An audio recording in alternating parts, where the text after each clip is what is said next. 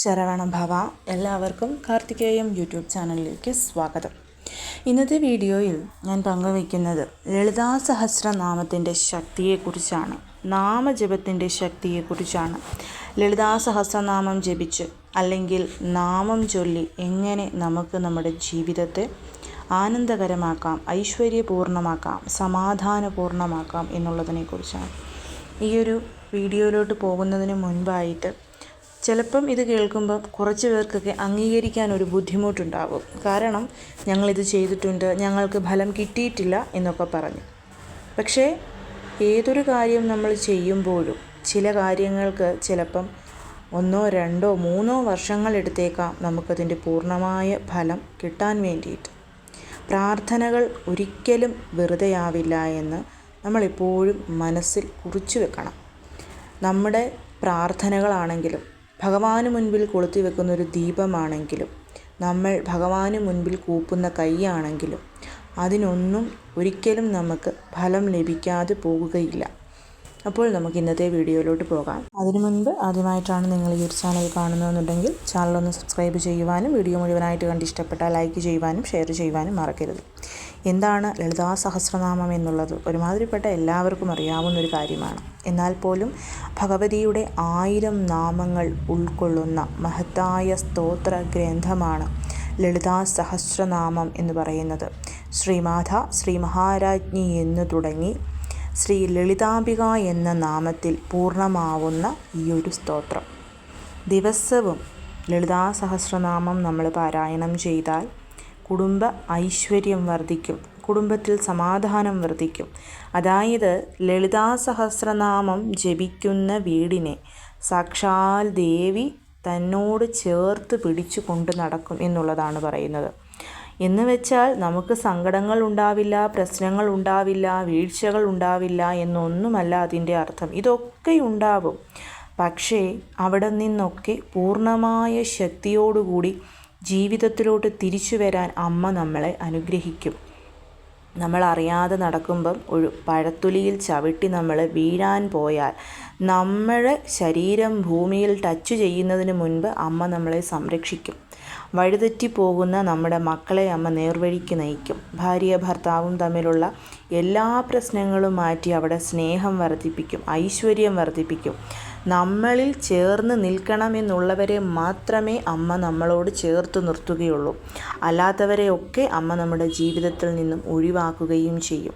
അങ്ങനെ വരുമ്പം നമുക്ക് നമ്മുടെ ജീവിതത്തിൽ സമാധാനവും ഐശ്വര്യവും സന്തോഷവും മനസ്സമാധാനവും ഒക്കെ ഉണ്ടായി ജീവിതകാലം മുഴുവൻ ആ ഒരു രീതിയിൽ മുന്നോട്ട് പോവാനായിട്ട് സാധിക്കുകയും ചെയ്യും. നാമങ്ങളിൽ ശ്രേഷ്ഠമാണ് വിഷ്ണുനാമമെന്നാണ് പറയുന്നത്. 1000 വിഷ്ണുനാമത്തിന് തുല്യമാണ് ഒരു ശിവനാമമെന്നും 1000 ശിവനാമത്തിന് തുല്യമാണ് ഒരു ദേവീനാമമെന്നുമാണ് പറയുന്നത്. അതുകൊണ്ട് തന്നെ ശിവസഹസ്രനാമത്തേക്കാൾ വിഷ്ണു സഹസ്രനാമത്തേക്കാൾ 10,000 ഇരട്ടി ഫലം നമുക്ക് ലളിതാ സഹസ്രനാമം ജപിച്ചാൽ ലഭിക്കും. നമുക്കറിയാം, മാതാപിതാ ഗുരു ദൈവം അങ്ങനെയാണ് പറയുന്നത്. അമ്മ മാതൃരൂപിണിയാണ്.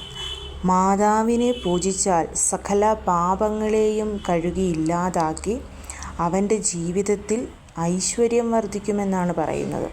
അതുകൊണ്ട് തന്നെ സാക്ഷാൽ ദേവിയെ മനസ്സിൽ കണ്ടുകൊണ്ട് ലളിതാ സഹസ്രനാമം ജപിച്ചാൽ അതിന് പൂർണ്ണമായ ഫലം നമുക്ക് ലഭിക്കും. ലളിതാ സഹസ്രനാമം നമുക്ക് ആദ്യമൊക്കെ ചിലവർക്ക് ചൊല്ലുമ്പം തെറ്റുകൾ സ്വാഭാവികമാണ്. തെറ്റി എന്ന് പറഞ്ഞ് അമ്മ കോപിക്കാനോ ശപിക്കാനോ നമുക്ക് ദോഷമുണ്ടാവാനോ ഒന്നുമില്ല.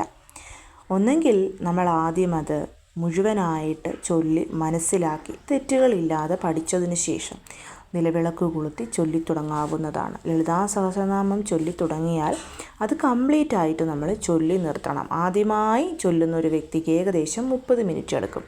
ചൊല്ലി നല്ല തഴക്കം വന്നൊരു വ്യക്തിയാണെങ്കിൽ 10 to 15 മിനിറ്റ് കൊണ്ട് തന്നെ നമുക്ക് അമ്മയ്ക്ക് മുൻപിൽ ലളിതാ സഹസ്രനാമം ജപിക്കാവുന്നതാണ്. ഇപ്പം ഒരുപാട് പൂജകളോ മന്ത്രങ്ങളോ ഒന്നും ചൊല്ലാൻ സാധിക്കുന്നില്ല. ജോലിക്ക് പോകുന്നവർ സമയമില്ല, രാവിലെ വിളക്ക് കൊളുത്തി നിങ്ങൾക്കൊരു 15 മിനിറ്റേ സമയമുള്ളെങ്കിൽ ആ 15 മിനിറ്റ് സമയം ലളിതാ സഹസ്രനാമം നിങ്ങൾ ജപിച്ചുകൊള്ളൂ. തീർച്ചയായിട്ടും നിങ്ങളുടെ ജീവിതത്തിലെ ഒരു വഴിത്തിരിവായിരിക്കും ലളിതാ സഹസ്രനാമം ജപിക്കുന്നത്. ലളിതാ സഹസ്രനാമം നമ്മൾ ജപിക്കാനായിട്ട് നമുക്ക് യാതൊരു വിധത്തിലുമുള്ള പ്രശ്നങ്ങളും നോക്കേണ്ടെന്ന് കാര്യമില്ല. അതായത് രാവിലെയോ വൈകിട്ടോ നമുക്ക് എപ്പോഴാണോ സമയം കിട്ടുന്നത് ആ ഒരു സമയത്ത് ജപിക്കാം. ചിലർ രാവിലെയേ ജപിക്കാവൂ, വൈകിട്ടേ ജപിക്കാവൂ എന്നൊക്കെ പറയും. പക്ഷേ നമുക്ക് കിട്ടുന്ന ഒരു സമയത്ത് നമുക്ക് ജപിക്കാവുന്നതാണ്. രാവിലെ ജപിക്കുന്നതിനും വൈകിട്ട് ജപിക്കുന്നതിനും അതിൻ്റേതായിട്ടുള്ള പ്രാധാന്യമുണ്ട്. പക്ഷേ ചിലപ്പോൾ തിരക്കുകൾ മൂലം നമുക്ക് സാധിച്ചില്ല എങ്കിലാണ് ഞാൻ ഈ പറഞ്ഞ ഏതെങ്കിലും ഒരു സമയം. ശ്രദ്ധിക്കേണ്ടുന്ന കാര്യം, നമ്മൾ എപ്പോൾ ജപിച്ചാലും യാതൊരു വിധത്തിലുമുള്ള അശുദ്ധി ഉണ്ടാവാൻ പാടില്ല എന്നുള്ളതാണ്. നോൺ വെജ് കഴിച്ചിട്ട് കുളിച്ചിട്ട് ഒരിക്കലും നമ്മളിത് ജപിക്കരുത്. കുറച്ച് പേർക്കുള്ളൊരു തെറ്റിദ്ധാരണയാണ് നോൺ വെജ് കഴിച്ച് കുളിച്ച് കഴിഞ്ഞാൽ നമുക്ക് ലളിതാ സഹസ്രനാമം പോലുള്ള സഹസ്രനാമങ്ങൾ ജപിക്കാമെന്നുള്ളത്. അതൊരിക്കലും ചെയ്യരുത്. ജപിക്കണമെന്നുള്ളവർ എപ്പോഴും മനസ്സും ശരീരവും ശുദ്ധമാക്കി വെക്കണം. കുളിച്ച് നല്ല വൃത്തിയായി നമ്മൾ അമ്മയുടെ ഫോട്ടോ, എപ്പോഴും പറയുന്നത് പോലെ ദേവിയുടെ ഒരു ഫോട്ടോ നമ്മുടെ മുൻപിലുണ്ടെങ്കിൽ നമുക്ക് ആ ഒരു ഫോട്ടോയിൽ നോക്കി കോൺസെൻട്രേഷനോടുകൂടി ചൊല്ലാനായിട്ട് പറ്റുന്നതാണ്. അതിപ്പം ഏതൊരു ഫോട്ടോയും ആവാം. ദേവീ ഭാഗത്തിലുള്ള ലളിതാദേവിയുടെ ഞാൻ ഈ ഫോട്ടോയിൽ കാണിച്ചിരിക്കുന്ന കരിമ്പും പിടിച്ചിരിക്കുന്ന കയ്യിൽ തത്തയുള്ള അമ്മയുടെ ഫോട്ടോയാണെങ്കിൽ അതിന് പ്രത്യേക ഒരു ബെനിഫിറ്റ് കിട്ടും. കാമാക്ഷി ദീപം പോലുള്ള ദീപം നിങ്ങളുടെ വീട്ടിലുണ്ടെങ്കിൽ അതാണെങ്കിലും മതി. കാരണം അതിൽ അമ്മയുടെ രൂപമുണ്ട്. അപ്പോൾ അത് നമ്മൾ വെച്ച് അമ്മയ്ക്ക് ഒരു പൂവ് സമർപ്പിച്ച് നിലവിളക്കിൽ നെയ്യൊഴിച്ച് 5 തിരിയിട്ട് കൊളുത്താൻ പറ്റുന്നവർക്ക് അങ്ങനെ ചെയ്യാം. നിർബന്ധമൊന്നുമില്ല. ഇല്ലെങ്കിൽ നെയ്യൊഴിച്ച് ഒരേ ഒരു ദീപം കൊളുത്തി വടക്കോട്ടോ പടിഞ്ഞാറോട്ടോ കിഴക്കോട്ടോ തിരിഞ്ഞിരുന്ന് നമുക്ക് ലളിതാ സഹസ്രനാമം ജപിക്കാവുന്നതാണ്. മറ്റൊരു കാര്യം, ദേവീ കടാക്ഷവും ഭാഗ്യവും ഉണ്ടെങ്കിൽ മാത്രമേ നമുക്ക് നിത്യവും ലളിതാ സഹസ്രനാമം പാരായണം ചെയ്യാൻ പറ്റുകയുള്ളൂ. ഇനി ലളിതാ സഹസ്രനാമമല്ല നമുക്ക് നമ്മുടെ ജീവിതത്തെ വഴിതിരിച്ചു വിടുന്നത് എന്നുണ്ടെങ്കിൽ തീർച്ചയായും നിങ്ങളെ അമ്മ ആ കറക്റ്റ് പോയിന്റിൽ കൊണ്ടെത്തിച്ചിരിക്കും. കാരണം ഞാൻ വർഷങ്ങൾക്ക് മുൻപ് 1 വർഷം തുടർച്ചയായി ലളിതാ സഹസ്രനാമം പാരായണം ചെയ്തിരുന്നു. അന്നൊക്കെ ദേവീ മാഹാത്മ്യം എന്ന് ഞാൻ കേട്ടിട്ടേ ഉള്ളൂ. ഒരിക്കലും ഞാൻ അങ്ങനെ ഒരു ബുക്ക് എൻ്റെ കയ്യിൽ വരുമെന്നോ അത് ജപിക്കുമെന്നോ വിചാരിച്ചിട്ടുള്ളൊരു വ്യക്തിയല്ല. പകരം ലളിതാ സഹസ്രനാമമാണ് ഞാൻ തിരഞ്ഞെടുത്തത്. 1 വർഷം കണ്ടിന്യൂസ്ലി ലളിതാ സഹസ്രനാമം ചൊല്ലി ഞാൻ അമ്മയ്ക്ക് അർച്ചന ചെയ്യുമായിരുന്നു. പക്ഷേ ഞാൻ വിചാരിച്ച പോലുള്ളൊരു ഫലം എനിക്ക് കിട്ടിയില്ല. ഞാൻ ചൊല്ലിയതിലെ തെറ്റാണോ മറ്റെന്തെങ്കിലും പ്രശ്നമാണോ എന്നൊന്നും എനിക്ക് അറിഞ്ഞുകൂടാ. ഞാൻ ഒരുപാട് പ്രാവശ്യം എൻ്റെ വീഡിയോസ് കാണുന്നവർക്കറിയാം, ഞാൻ പറഞ്ഞിട്ടുണ്ട്. ഞങ്ങളുടെ ഇവിടെയുള്ള കൂട്ടായ്മയിൽ ലളിതാ സഹസ്രനാമം ചേച്ചിമാർ ചൊല്ലുമായിരുന്നു. അങ്ങനെ അവരുടെ കൂടെ കൂടി ചൊല്ലി അവരുടെ ലൈഫിൽ ലളിതാ സഹസ്രനാമം മൂലമുണ്ടായ വ്യത്യാസങ്ങൾ പറഞ്ഞ് അത് നേരിൽ കണ്ട് അനുഭവിച്ചതിന് ശേഷമാണ് ലളിതാ സഹസ്രനാമം നിത്യജപത്തിന് ഞാൻ തിരഞ്ഞെടുത്തത്. അന്നൊക്കെ ഞാൻ ലളിതാ സഹസ്രനാമം വൈകുന്നേരമായിരുന്നു ജപിച്ചുകൊണ്ടിരുന്നത്. എല്ലാ ദിവസവും പീരിയഡ്സ് വരുന്ന ദിവസം ഒഴിച്ച് ബാക്കി എല്ലാ ദിവസവും ലളിതാ സഹസ്രനാമം ജപിച്ച് ഞാൻ അമ്മയ്ക്ക് അർച്ചന ചെയ്തു. തുടർച്ചയായ 6 മാസത്തെ ജപം കൊണ്ട് തന്നെ നമുക്ക് വ്യത്യാസം വരുമെന്നാണ് പറയുന്നത്. പക്ഷേ ഞാൻ 6 മാസം ചൊല്ലിയിട്ടും എനിക്കൊരു വ്യത്യാസവും ഉണ്ടായില്ല. എന്നാൽ എൻ്റെ ജീവിതത്തിൽ അമ്മ എനിക്ക് കൊണ്ടുവന്ന് തന്നത് ദേവീ മാഹാത്മ്യമായിരുന്നു. ദേവീ മാഹാത്മ്യം എൻ്റെ കയ്യിൽ കിട്ടി ചൊല്ലാൻ തുടങ്ങിയതിന് ശേഷം എൻ്റെ ലൈഫ് കംപ്ലീറ്റ് ആയിട്ട് മാറി. ദേവീ മാഹാത്മ്യം എൻ്റെ കയ്യിൽ എത്തുന്നത് നവരാത്രി സമയത്താണ്.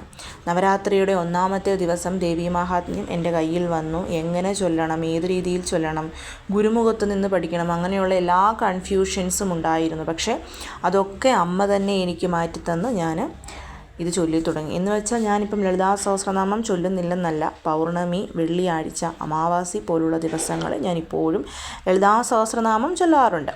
ഇപ്പം ഞാനിത് പറഞ്ഞത് നിങ്ങൾക്കിപ്പം നിങ്ങളുടെ ലൈഫിലെ ഒരു ടേണിംഗ് പോയിൻ്റ് എന്ന് പറയുന്നത് ലളിതാ സഹസ്രനാമം ചൊല്ലി അല്ല വരുന്നത് എന്നുണ്ടെങ്കിൽ അമ്മ നമുക്ക് ആ വഴി കാണിച്ചു തരും. കാരണം സാക്ഷാൽ ദേവി നേരായ വഴിയിലൂടെ നമ്മളെ നയിക്കുന്നവളാണ്. അപ്പോൾ നമ്മൾ ആ ഒരു വിശ്വാസത്തോടു കൂടി, അതായത് ഞാൻ നിങ്ങളോടിത് പറയുന്നത്, ഇത്രയും നാളായിട്ട് പലതരം മന്ത്രങ്ങൾ ജപിച്ച് ഇപ്പം ഞാൻ തന്നെ ഒരുപാട് മന്ത്രങ്ങൾ പറഞ്ഞു തന്നിട്ടുണ്ട്. ഒന്നും ജപിച്ച് ഒരു ഫലവും കാണാതെ ഇരിക്കുന്നൊരു വ്യക്തിയാണെങ്കിൽ 2ഉം കൽപ്പിച്ച് ലളിതാ സഹസ്രനാമ ജപം തുടങ്ങിക്കോളൂ. എത്ര നാളുകൊണ്ട് അമ്മ നിങ്ങൾക്കൊരു വഴി കാണിച്ചു തരും എന്നെനിക്ക് ഉറപ്പ് പറയാൻ പറ്റില്ല. എനിക്ക് ഏകദേശം 1 വർഷം അടുത്തെടുത്തു. ചിലപ്പോൾ നിങ്ങൾക്ക് ഒരു മാസം മതിയാവും, അല്ലെങ്കിൽ ഒറ്റ ആഴ്ച മതിയാവും. പക്ഷേ ഒരു വഴി, നേരായ വഴി അമ്മ കാണിച്ചു തരും. അത് ചിലപ്പോൾ ഒരു വ്യക്തിയിൽ നിന്നാവാം, അല്ലെങ്കിൽ അൺഎക്സ്പെക്റ്റഡായി നിങ്ങളുടെ കയ്യിലോട്ട് വന്നു ചേരുന്ന ഏതെങ്കിലും ഒരു വസ്തുവാവാം, ക്ഷേത്ര ദർശനമാവാം, ഏതെങ്കിലും ഒരു വീഡിയോ ആവാം, എന്തുമാവാം. പക്ഷേ അമ്മയൊരു നിങ്ങളുടെ ജീവിതം രക്ഷപ്പെടാനുള്ളൊരു വഴി അമ്മ കാണിച്ചു തരും. അതല്ല എന്നുണ്ടെങ്കിൽ ലളിതാ സഹസ്രനാമ ജപം തുടങ്ങി ഏകദേശം ഒരു 21 ദിവസം കൊണ്ട് നമ്മുടെ ജീവിതത്തിലുണ്ടാവുന്ന മാറ്റം, ഇപ്പം നിങ്ങളുടെ ലൈഫ് എങ്ങനെയും ആയിക്കൊള്ളട്ടെ, ഭർത്താവിന് സ്നേഹമില്ല, മക്കൾ പഠിക്കുന്നില്ല, മക്കൾക്ക് സ്നേഹമില്ല, നമ്മുടെ ജീവിതം ശരിയല്ല, സാമ്പത്തികമില്ല, ബുദ്ധിമുട്ടാണ്, കടമാണ്, രോഗമാണ്, എന്തുമായിക്കൊള്ളട്ടെ, വിശ്വാസപൂർവ്വം ചൊല്ലുക.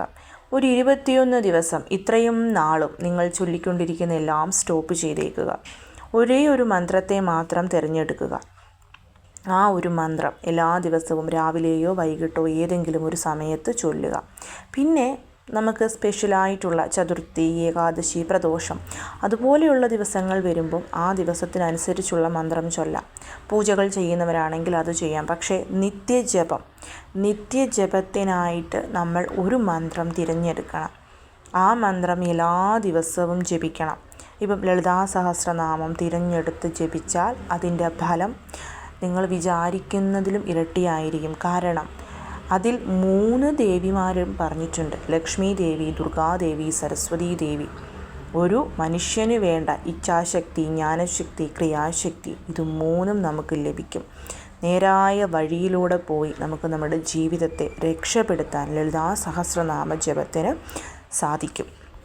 ലളിതാ സഹസ്രനാമം നിത്യവും ജപിക്കാൻ സാധിക്കില്ല. അതായത് ഒരു ദിവസത്തിൽ ഒരു 15 മിനിറ്റൊന്നും എനിക്ക് മുൻപിലിരുന്ന് ചൊല്ലാൻ പറ്റില്ല എന്നുള്ളവർക്ക് ഓം ശ്രീ മാത്രേ നമഃ എന്നുള്ള മന്ത്രം ഡെയിലി ജപിക്കാമെന്ന് ഞാൻ പറഞ്ഞിട്ടുണ്ട്.